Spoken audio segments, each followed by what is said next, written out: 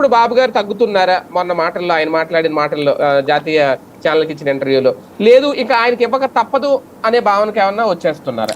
వాళ్ళు eco system మనల్ని సైకలాజికల్గా ప్రిపేర్ చేస్తుందండి. ఈ 5 ఏళ్లలోనే డిప్యూటీ సీఎంగా లొకేషన్ తేవాలని అనుకుంటున్నారు. బాబు గారు అనుకున్నా అనుకోకపోయినా ఇప్పుడు ఇదివరకు పవన్ కళ్యాణ్తో పొత్తు ఎవరు క్రియేట్ చేయించారు? మధ్యలో ఉన్న సినీ రంగ ప్రముఖులు, మధ్యలో ఉన్నటువంటి మేధావి వర్గం. భారతీయ జనతా పార్టీతో పొత్తు కూడా ఈ మధ్యలో ఉన్న వర్గమే. చంద్రబాబు గారితో చనువు ఉండి మాట్లాడే వర్గం ఉంటారు ఒక 5-6. వాళ్ళు మాట్లాడిందే.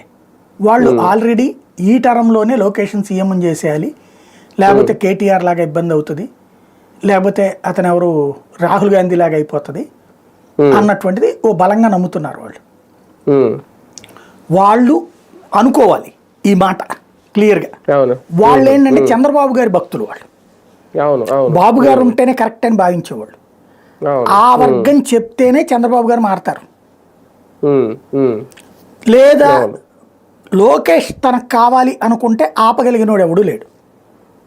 అప్పుడు భువనేశ్వర్ గారైనా చెప్తారు, బ్రాహ్మణి గారైనా చెప్తారు, ఇంట్లోనే చేసేయండి మనవాడిని అని చెప్తే కనుక కాదనే దమ్మెవరికి లేదు. అక్కడ చంద్రబాబు గారైనా చేసేస్తారు. అప్పుడు ఆయన కూడా హ్యాపీగా ఇచ్చేసి తప్పుకుంటారు అంతే. ఆయన నాకు తెలిసి